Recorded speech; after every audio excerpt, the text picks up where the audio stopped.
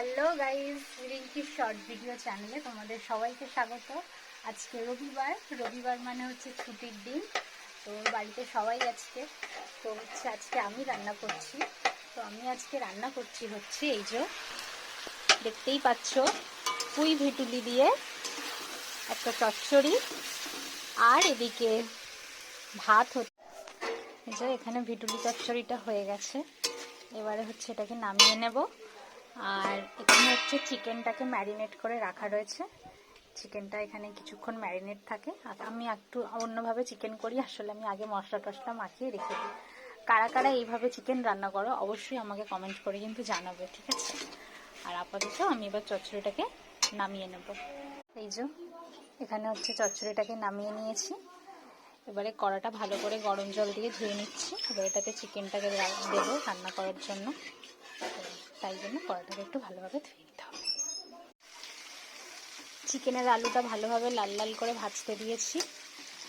আলুটা ভালোভাবে ভাজা হয়ে গেলে তারপরে চিকেনটাকে কড়ার মধ্যে দেব।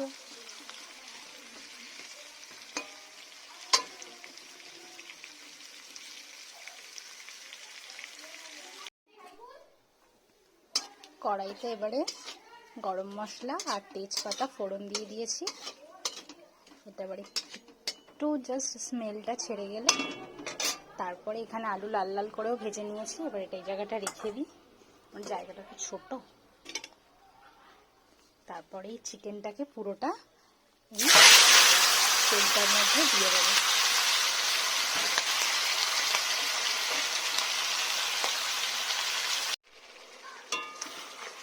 মাংসটা কষা হয়ে গেছে ভালোভাবে।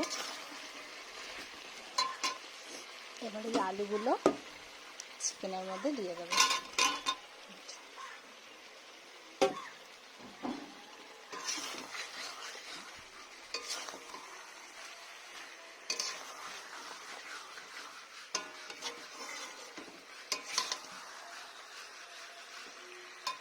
এটা হালকা একটু জল দেব। এই যে চিকেনটা হয়ে গেছে, দেখতেই পাচ্ছেন। এবারে হচ্ছে এটা লাস্ট টাচ আপ, একটু ওপর থেকে সানরাইজ গরম মশলা দিয়ে দেব।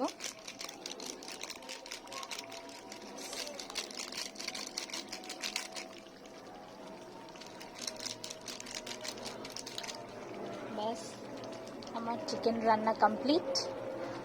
তো আমি এবার এটাকে ঢেলে নেব। তো আমার